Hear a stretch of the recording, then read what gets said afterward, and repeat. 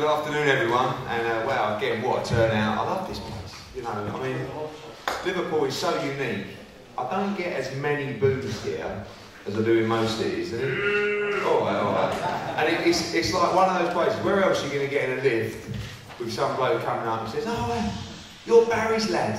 I said, "Yeah, thanks, mate." He goes, "Top man, your old fella." I went, "All right, cheers." I don't know about you, like, but you know, your old man's a top fella.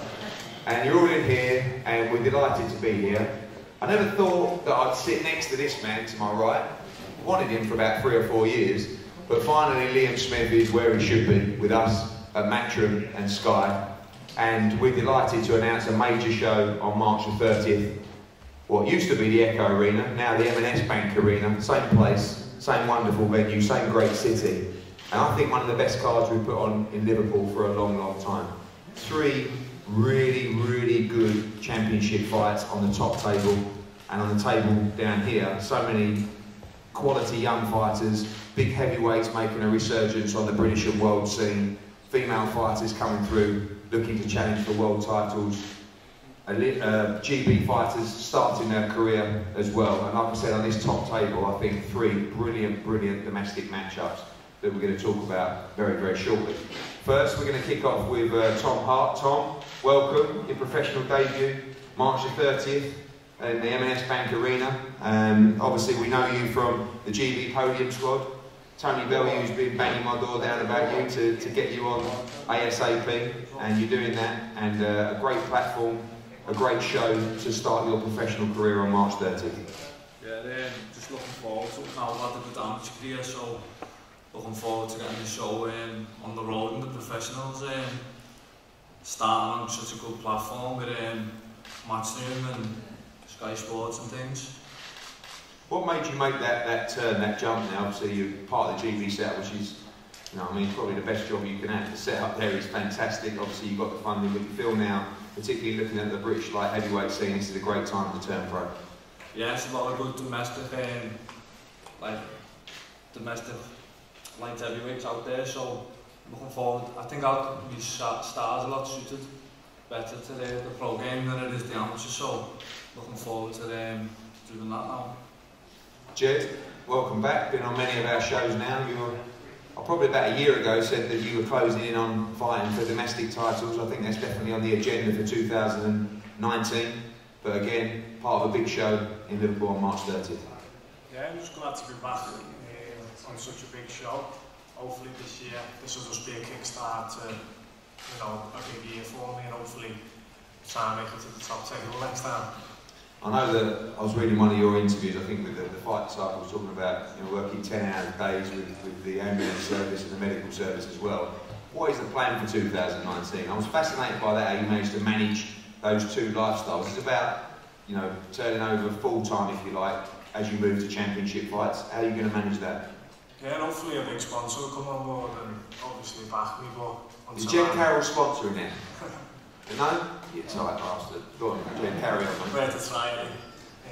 No, it's just more about, obviously, until I am in them bigger fights and I can afford to concentrate full time, I just got to do what I've got to do and work. Tom, welcome back, welcome back. You know, always one of the most popular ticket sellers and fighters on these cards in Liverpool. Again, for you in 2019, moving back to a challenge for a title, hopefully actually on this show as well, working on an opponent with Steve Wood now. And I think a real make or break year for you in terms of those big domestic titles. One fight you'll be looking at closely, obviously in the same division, is the British and European Championship fight between Davis and Hughes as well. Yeah, as you said there, hopefully get a title shot for this one. I think we're looking at maybe a shot at the Commonwealth or an international title. Because then I've got most of the titles at my weight at the minute. So, yeah, wasn't a great year for me last year. It was a bit frustrating in terms of boxing, and I was hopefully going to try and get straight back into title contention, but it didn't really happen. But I've been patient and, you know, I've stayed in the gym. I haven't really been out of the gym at all. And I'm feeling good, feeling fit, feeling strong already. It's only early part of camp. I've got a fight on the 23rd of February. I'll be back in there, get the rust off, and then I'm full steam ahead, then ready for the 30th. And I can't wait. It's going to be a great show. Hoping to have an opponent named soon, as you said, and, you know, push on then. be a big night of boxing. All the lads on the show, as you can see, I think this was busy, and when American boxing, that was a chocker one. So looking forward to the night, and yeah, that'll definitely have a belt around my waist. Thanks, John. A young fighter that he's really impressed me lately, and I remember seeing his shock defeat when he started out his pro career at the O2 Arena early on in his quest. Come back brilliantly from that defeat, had a brilliant win against Simon Vallily on our Newcastle show at the end of last year, and I think he's a top contender for the domestic cruiserweight scene. Craig Glover, again, Tony Bellew busting my nuts to get you on the card, and I'm happy to have you on the card because that was a great win on foreign soil, if you like, up in Newcastle against Vallily, and now looking for major domestic cruiserweight titles in 2019. Yeah, I think in my last fight I showed a lot what I was about. Vallily underestimated me, seemed I lost early, and but I think now whoever steps in the ring with me will know I'm real, and they won't underestimate me. Obviously, coming back from that defeat, you learned so much in that, but you've had a lot of easy wins since then. The Vallily fight was, you know, a fight that went very, very deep. How much did you take from that fight and learn from that fight? How ready are you, do you believe, for the likes of that domestic scene now? Coley, Chamberlain, Camacho, all those guys? Yeah, I mean, I've had a lot of early stoppages, but I always believed in myself, and I knew I could pull out a performance like that. So it wasn't really a surprise for me, but I think it was more showing everyone that I'm there, I'm at that level, and I think moving forward I'm ready. Stuff we look forward to your fight on March 30th. On to the heavyweights, Big David Price, first time fighting in Liverpool for nearly 3 years. You get a lot of people, you know, talking about he's having another chance, he's doing this, he's doing that. When you look at his career recently, the fights that he's jumped into, particularly some at late notice, are all at extreme world levels. The fight against Alexander Povetkin, which he was doing very well in, I might add as well. Povetkin, I rate as one of the potentially top 5 heavyweights in the world. He jumped into the Kuzmin fight with a couple of weeks' notice as well, and was winning that fight until his body couldn't go on because he, quite frankly, wasn't ready for that fight. Came back with a good solid win against Tom Little. His opponent will be announced this week as well, but I have to say that, now, I think David Price is one of the most entertaining heavyweights out there. And I also think he's one of the most dangerous heavyweights out there. And I also think he's one of the nicest blokes in the sport. And he's from Liverpool. So for me, this was an absolute no-brainer to bring him onto this card. And it's not a novelty to stick David Price on the card. I truly believe that he can clean up at this domestic level, certainly, and rebuild and step up into big fights. In this division, you are only 1 win away from being in a major fight. And he has the attributes in those major fights to win them. He is, I think, the hardest punching heavyweight, potentially, in the world. So he always has a chance to win these big fights. And, you know, he's 1 or 2 wins away from the likes of, I don't know, you know, Adam Konaki, or Jarrell Miller, or Dillian White, or, you know, all these contenders that then he's capable of being very competitive in those fights. So I'm looking forward to him being in a good fight on March 30th and giving him a shot to be involved in something major this summer. So Pricey, welcome back. Good to introduce you off a win, and a good performance from you at the O2. Looking forward to boxing in Liverpool for the first time in a long time on March 30th. I am, Eddie. You've just done a great job of promoting me there, by the way. I appreciate that. The hardest thing for me with this show at the M&S Arena is to stop calling it the FO Arena. It's going to be hard for all of us to stop saying it's in the FO. I still call it Snickers a marathon. It's 1 month through.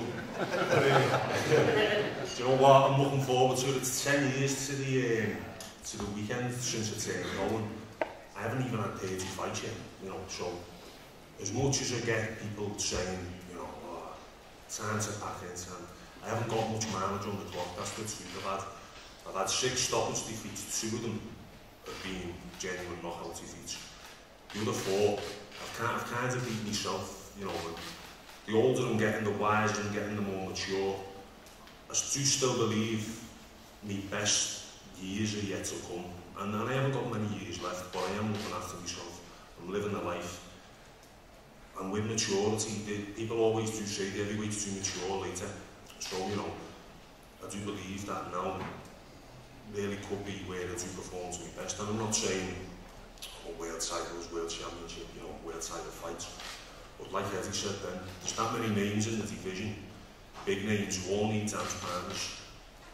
And there's no reason why I can't throw myself right in the mix with it with a couple more wins. So the opportunity is here to do it, and I appreciate it greatly. And I intend on delivering on March the 30th.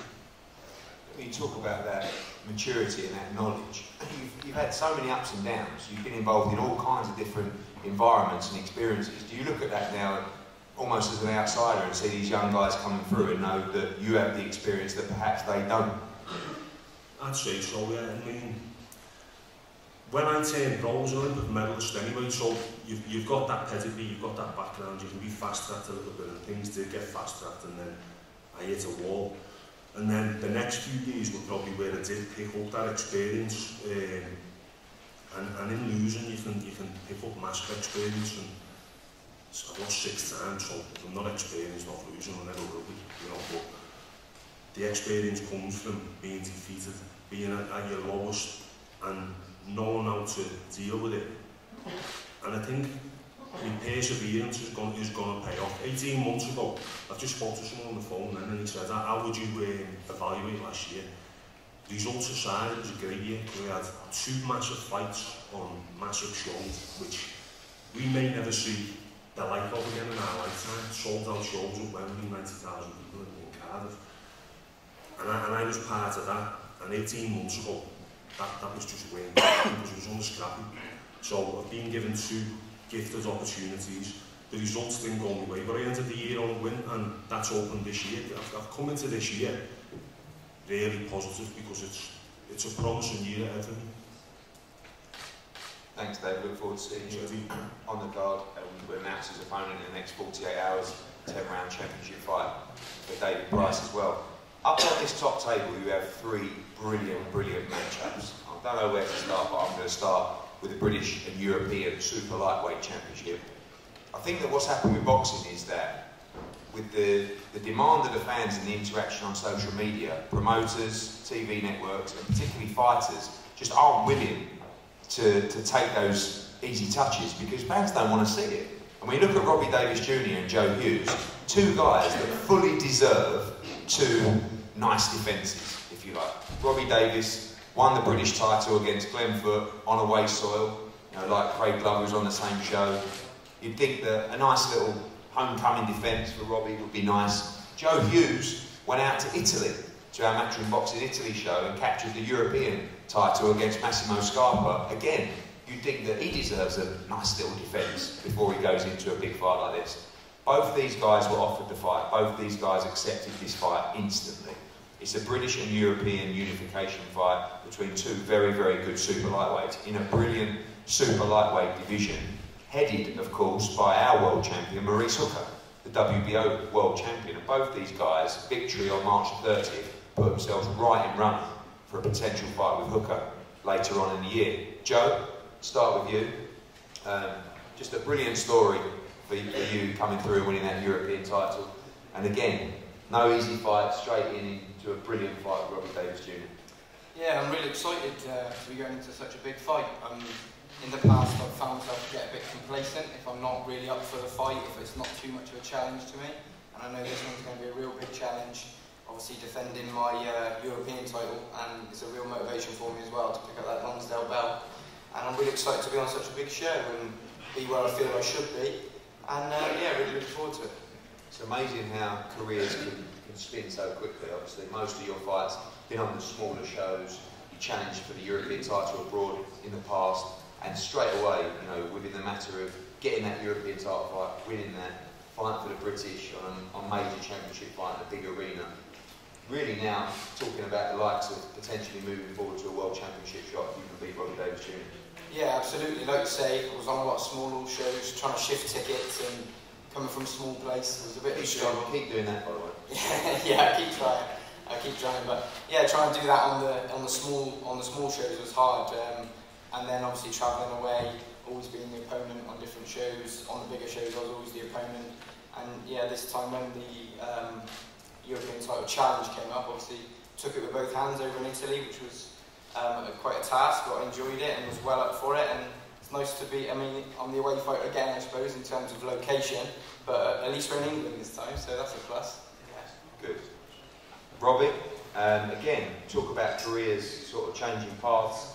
You know, you had that defeat not so long ago, and I remember watching that fight, just being shocked by the defeat. You bounced back so well, got the rematch, won that fight, won the British title, now on the verge of winning the European title as well. I know these are the kind of nights that you've wanted for a long, long time. Yeah, definitely. Going back to my defeat, obviously, everyone that knows me knows what I was going through at the time. It was a hard time in my life.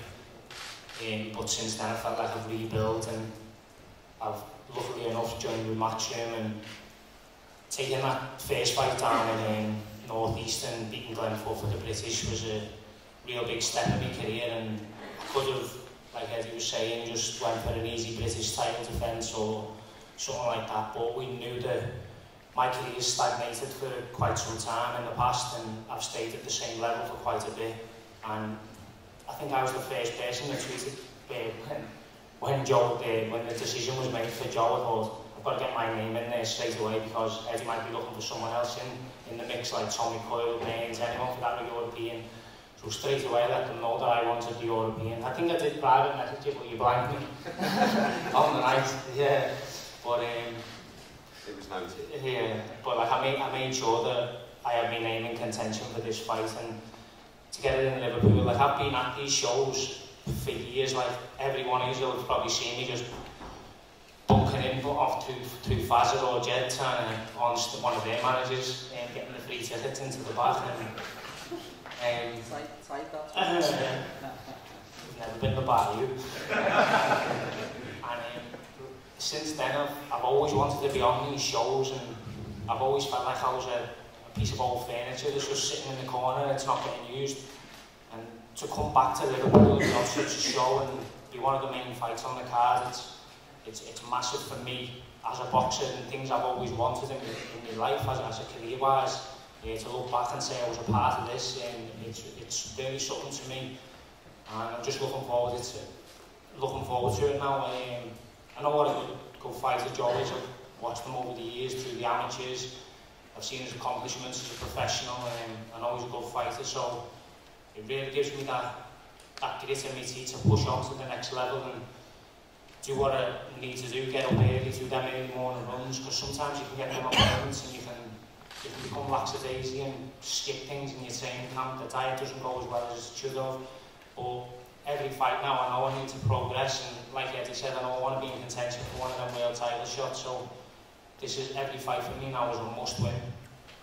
Obviously Joe talks about being the away fighter, which is sometimes hard, but for you there will be 7,000 to 8,000 in this arena expected to sell this show out. How are you going to compose yourself in that kind of atmosphere? Something that you've never really been around before. Do you think you'll thrive off that, or do you feel the pressure yourself right at home? I get more nervous for these press conferences than I do for fighting, to be honest. But I've always wanted to be part of it, and I think the bigger the atmosphere, the bigger the occasion, the more I'll rise to the occasion. These are the sort of nights I've been wanting for so long, so I'm not going to shy away from the opportunity now, and I'm going to take it with both hands. Thanks, Robbie. British and European Super Lightweight Championship. Joe Hughes, European champion against Robbie Davis Jr., the British champion. Great fight for the card. We talk about great fights for the card, and going back to what I just said about people taking risks now and giving you the fights that you want. Scott Fitzgerald against Anthony Fowler is just a classic example of that. 2 years ago, even a year ago, these fights just wouldn't get made at this time. You have two very good young light middleweights on a great domestic scene who both believe they can win this fight, both know that if they do win this fight, they're going to be involved in massive fights, potential fights with British and European champion if he wins on February 2nd, Ted Cheeseman, even bigger fights on the world scene as well. You've got Anthony Fowler from Liverpool, you've got Scott Fitzgerald from Preston, both big ticket sellers. It's going to be an unbelievable atmosphere for this fight. Firstly, Scott, you took this fight with both hands, everybody seems to want it and you obliged. Just a brilliant fight and a very tough fight for both of you. Yeah, cheers. Yeah, it's a fight that I'm really looking forward to. I always fight was going to happen, to be honest. And you know, I'm the underdog going into this fight, which is fine by me. You know, every day I'm waking up really motivated. I'm grafting at least 2, maybe 3 times a day, recovering and resting right. And I'm going to be, no one's going to be ever seen the Scottish show that turns up to this night. Obviously, both Team GB members, both Commonwealth Games gold medalists as well. When you were back there in Sheffield, did you ever think to yourself that one day you might be fighting Fowler as a pro? Well, from the day I fought him as an amateur, I was maybe 16, so about 10, 11 years ago, I mean, he beat me easily. And I always, from that moment, knew I wanted, you know, anyone I've lost to in the amateurs, if it can be made, I'd like to fight in the pros. So, you know, I was after this fight as soon as it got said. But my last fight, I broke my hand, and I think this fight was meant to happen before the end of last year, and I think it's worked out that way for a reason, because I've took that time and I feel like I've turned 27 and finally actually grown up, matured, and every day I'm doing exactly what has to be done, and that's not just in the gym. I'm coming home, I'm eating the right things and enjoying doing it, because I don't want to lose this fight so much. I want to win it, and I know I can win it, and I know what doors I'll bash down when I do win it, so I'll be giving it everything. Like I say, you've never seen this version of me before. It's interesting, it's like, you know, all these young fighters come through, but you never really know until they step up into, you know, that stage. And you've got experienced guys up here, Pricey, Sam, Liam, you know, they look at a lot of you younger guys and they just say, wait, it's going to get tough at some point. And it hasn't been, although it was fairly tough for you in your last fight, you broke your hand, but this really, we don't know. This is the big one now, isn't it? Yeah, and you know, like you mentioned before you even introduced me, saying, oh, these boys deserve a lot of credit for taking this risk, but I don't understand why I want to wait around and beat easy fights and just keep an O on my record. I want to go and fight, find out what I can do. And this is where I find out for the first time what I can do. I'll make sure the best of me is there, so I have no regrets. You see a lot of side beef, if you like, between Cheeseman and Fowler. You know, Cheeseman fighting for the British and European title at the O2 on February the 2nd. People automatically talking about Fowler and Cheeseman and those two interacting as well. Do you feel as though that they might be overlooking you slightly in this fight, or are you happy for that to take place? If they're overlooking me, then they're stupid. I don't think he will be overlooking me. If Cheeseman's saying stuff to him on Twitter, he's got to reply. You know, I keep a bit quiet on the social media, but if someone says it to me, I'll reply. And you know, they're more busy on it, so I haven't even been looking at what they've been saying, to be honest. But I have people coming over and going, I was overlooking you winning. I'm thinking, no, he's just arguing with someone on Twitter. He's saying something to him. He's got to, hasn't he? You know, otherwise he'll look a bit stupid. But you know, I don't think he'll overlook me. He'll be really stupid if he does. I know how he trains. He'll come fit, and I'll make sure I come as fit, if not fitter, so I can go all night, whatever best. And finally, going to be massive support there for Preston. We've seen the support you get even for, you know, 6 and 8 rounders in the same arena before. It's going to be this is going to be brilliant. a whole different thing I'm going to do, you know, at least 1,000, maybe more tickets. I'm pretty sure they're pretty much gone now. So now it's a big fight. When I was finishing up in the amateurs, I had big crowds coming and following me. It was great. And through the pros, when you know you're fighting the learning fights, people aren't, you know, they aren't as interested. They still come and support when they can. But this one, every single man and his dog and his mate's dog want a ticket for this. So. I said finally, but I will just say, you two, both big punchers, you know, both sometimes like to get involved in trade-offs and deep waters. It's going to be an electric fight. Yeah, it's going to be really exciting. I'll be going there, like I said, the very best and ready for anything, ready for however long it goes to do anything in that fight, and I'm very confident I'll win the fight, so I look forward to it. Anthony, you know, you and Dave Caldwell choosing to move very quickly in the pro ranks. You've got your sights set on big things, but firstly, this is a tough test. I know you've always got extreme confidence, but first fight in your career, really, where you've got a guy who really has desire and will come to win in this fight. Yeah, that's basically what I want. Like, my coach and I work very hard.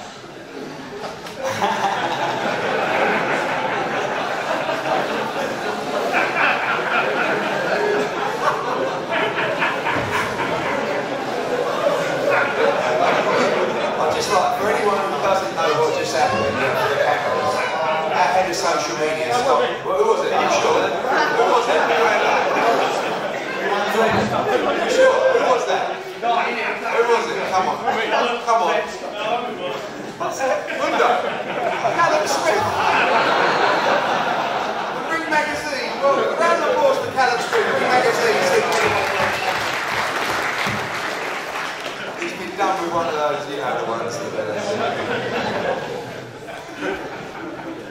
to understand, Fowler. I thought he'd told a joke or something. Fowler, back to you anyway.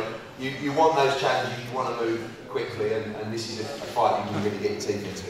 Yeah, definitely. As I was saying before I interrupted by Callum, me and my coach work very hard day in, day out, and like, it's got very high standards, and in my fight so far, I haven't really showed on because I went out, hit them with a few stiff jabs, the thought I don't want on this, and went to his shell, and I've had to just close them down, whereas when Scott's throwing shots back at me, you're going to see like when I'm working in the gym, and so I'm really, really excited.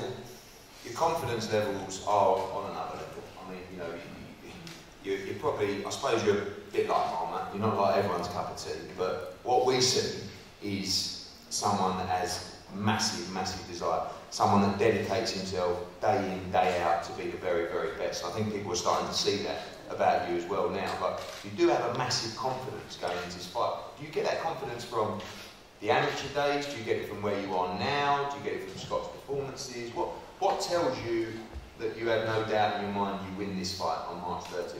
Well, for example, Scott's been saying that for 10 weeks, he's training twice a day. I've been doing this for 15 years, twice a day, eating right, training hard. I always work very, very hard, and I always put 100% into everything I do. And my confidence comes from my belief that I've got and my results reflect the belief. Like, I've been sparring world champions in the gym. I was sparring Carl Froch for the road fight. No one knew I was back then, but Carl was singing me praises because I was matching Carl in every department, strength, speed, all the rounds. I was doing great with him, do you know what I mean? So it isn't just like me being deluded and thinking I'm this and that. Like, after being in the gym, behind closed doors, I know that means nothing, and big gloves and neck guards, but I just know what I'm capable of, and I know that come this night, I'm going to show that I'm a level above Scott, and I know for a fact I am. I always have been, since I was an amateur, I was always better than Scott. And under Dave, who's a brilliant coach, I've just gone to that next level again, which I haven't showed just yet because it's been too easy. Like we've been saying to you, we won't have a fight since about a year ago, as you know, but this has took a long time to materialise, and it's better for me and worse for Scott. I talked about that side beef, if you like, with Cheeseman, but how important is it to keep your eyes on this, or you're looking through Scott Fitzgerald? I know you don't overlook him, but you're looking through him, and you talk about Cheeseman and other fights in the division as well. But like I said, the first real test for you. Yeah, you can't look through past no one, mate. A journey can put you to sleep, and then little gloves, mate. You go out there with a mindset that, oh, this will be easy. Anyone can knock you out. Anyone can be hurt. If you don't think that, you're an idiot. Because them 10 ounce gloves, mate, yeah, you get it. And I'm a professional in and out the ring. My coach is so professional. We won't overlook no one. I'll be there fully ready, mate. I'll be 11 stone on the dot. I'll be fully prepared for anything. Whatever Scott does, I've got an answer for it because I'm just a bigger, better, stronger fighter. And finally, he's going to be bringing a huge coachload, truckload coming down the motorway to Liverpool. I know he'll do his 1,000 tickets, like you said. You're going to have big support in the arena as well. Big pressure on you in this fight because of your confidence as well. How much are you keen to perform in there, and how much are you excited to perform in front of all those fans on this card, in this arena against Scott Fitzgerald? I'll have loads of fans there, but I couldn't care. As long as me and Dave are there, we're ready, whatever he brings, and the better man will win the night, and that will show. Finally, the pair of you, predictions for the night. I know you may not want to give one, but I don't see this fight going the distance. Scott, do you feel the same way? Just predict me winning. By any means? Yeah, whichever way. Anthony? 5 rounds, he's going to fall. No. Well, we will see, because I tell you, it's a brilliant fight. And I have to say, we represent both guys. Massive respect for both of you for taking this fight. I do believe it's the right fight for you both to take, but it is extremely risky, and I think you deserve a lot of credit for both taking this fight at this stage in your career. Talking about great fights, if you've ever seen the spars between Liam Smith and Sam Eggington, then you do not want to miss March 30th at M&S Bank Arena. You've got two guys, one guy who's trying to get to world level, had his defeats in the past, one guy who is proven to be world level, former world champion as well, been involved in some great fights, and 2 defeats to the very, very best, Canelo and Jamie Munguia, who is proving to be one of the best light middleweights we've seen for a long time, great young fighter. And again, on this side, how pleased we are to sign Liam Smith, been a long time admirer. We work with all the other Smith brothers, Paul and Swifty and Callum, of course, and now to be working with Liam at a stage in his career where I really feel like with his performances in America, he's just getting started. And now he comes back to a big domestic fight where Sam Eggington has absolutely everything to gain. Everything to gain in this fight. I think Sam Eggington's career has been incredible. You know, came into the game, really had plans to start off as a journeyman. Just loved to have a war. He couldn't be a journeyman. He improved under John Pegg. He went and won British, European titles as well. He's had ups and downs. And again, like Brycey, has had so much experience at the top level, that experience can pay dividends. But against him is someone that has plenty of experience as well. Sam, again, we always know you want the big fights and another one to get your teeth into. You guys have spent plenty of time in the ring with some unbelievable spars. How excited are you in this? It's Liverpool against Birmingham. We talk about people coming from Preston. There's going to be massive crowds coming up from Birmingham as well. It's going to be a great fight. Yeah, like you say, we've done a bit of sparring before, and it's always been good competitive sparring. You know, I respect Liam massively. You know, I wouldn't call him out for that simple reason. But I'm in no position to turn down fights at the minute. They've offered me Liam. You know, I've talked with both hands, and I'll work towards it, and I'll come as fit and as ready as I can. Your career, like I said, has been massive ups and downs. You know, to win the British title with some great performances, beating Paulie Malignaggi, losing to Bradley Ski, coming back, winning the European title, but getting beat in a fight that you shouldn't have got beaten in. You learned so much in this fight. You really feel like, with all your experience, that you're prepared for a night like this, for an occasion like this, and for a fight like this as well. Yeah, like you say, I have had a lot of experiences in boxing. I mean, losing does learn you as much as winning. You know, like Bryce said, you know, no one wants to lose, but you will learn stuff, you know, in that. But yeah, I've got all the experience in the world. I'm just gonna, you know, try and put it all together, you know, and turn up on the night and, you know, and win.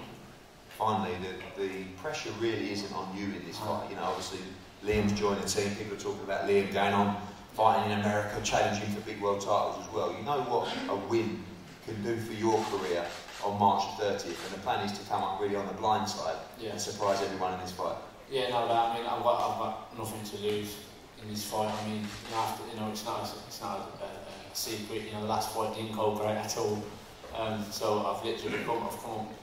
You know, I'm buzzing with this fight. I didn't expect any sort of fight like this. So to get someone like Liam Smith, a former world champion, like you say, I have got no pressure. I'm just going to put the work in. You know, and come on the blind side and get a win that no one's going to expect. And obviously, you've seen the spars, you've been in the spars. Yeah. What should we expect on March 30th, having shared the ring with him before?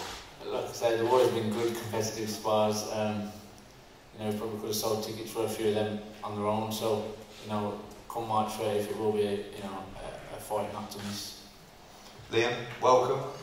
Been a long time coming. Some ups and downs for you as well in the last couple of years. Been involved in some massive fights as well, and now after many years returning to the Echo M&S Bank Arena for a massive night on Sky Sports. Yeah, just I'm like a kid at Christmas. I can go on all night about the highs I'm having at the moment. Obviously, I think this has been a long time coming with yourself and my stream, and then I feel like I'm making my debut all over again. It's in Liverpool, which is another added incentive. A top bill with all the people on these two tables. I think, you know, I know every one of them personally. I think I've probably sparred 5 of them. And it looks it's going to be a good show. I feel at this stage in my career, you're the best person to take me forward now, and you probably haven't been for a while. But it's, I'm in a vital part of my career now. And I think Sam's a good opponent to get started with. He's, you know, on some big southpaw coming for my first fight under you. I've got to put in a performance that makes you think you're right inside me at this stage. So on that note, I feel it's a bad part of Sam to take the fight at this moment. So when you talk about those losses, obviously the Canelo fight, we all know how good Canelo is. You hung in there with him for a long time. That was a great experience with you. Munguia as well, we had a great fight with him on HBO as well. Is this the fight where, you know, you want to go out and make a statement and then move straight back into those kind of fights straight away?